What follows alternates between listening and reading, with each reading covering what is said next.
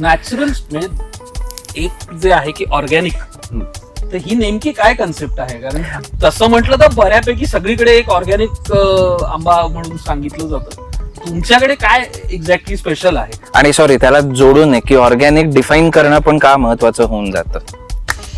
Organic हा खूप easily misuse केला जाणारा वर्ड आहे. हा आणि तसं बघाल तर जशी मिसयूज करण्याची चूक हे फार्मर्स किंवा विक्रेते करतायत, ती चूक कस्टमर्सची पण आहे की ते कुठल्याही प्रकारचं त्यांच्याकडे डॉक्युमेंटेशन मागत नाही जेव्हा ते ऑर्गॅनिक म्हणतात.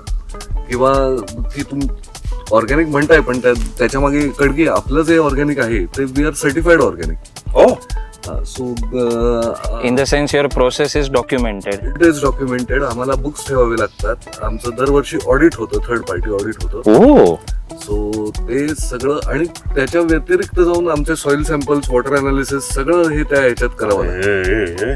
सॉइल सॅम्पल, वॉटर अनालिसिस, काय काय करायला हे करून सुद्धा प्लस आम्ही लॅब टेस्ट करतो प्रोडक्टचं. म्हणजे आंबा जेव्हा स्टार्ट होतो तर त्याला लॅबमध्ये पाठवून एनपीओपीच्या अंडर जे हे वापरले गेले नाही पाहिजे तसे जवळपास 200+ केमिकल्स आहेत. तर ते निगेटिव्ह आहेत की नाही आमच्या ह्याच्यात प्रोडक्ट मध्ये ते नाही आहे. 200+ केमिकल्स वापरले जातात अदरवाईज मिळू शकतात थ्रू पेस्टिसाइड और थ्रू सम ट्रीटमेंट.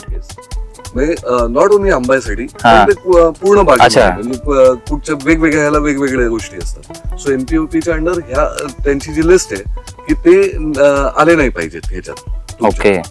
तर त्याप्रमाणे आम्ही टेस्टिंग पण करू. अरे वा, नशीब आहे.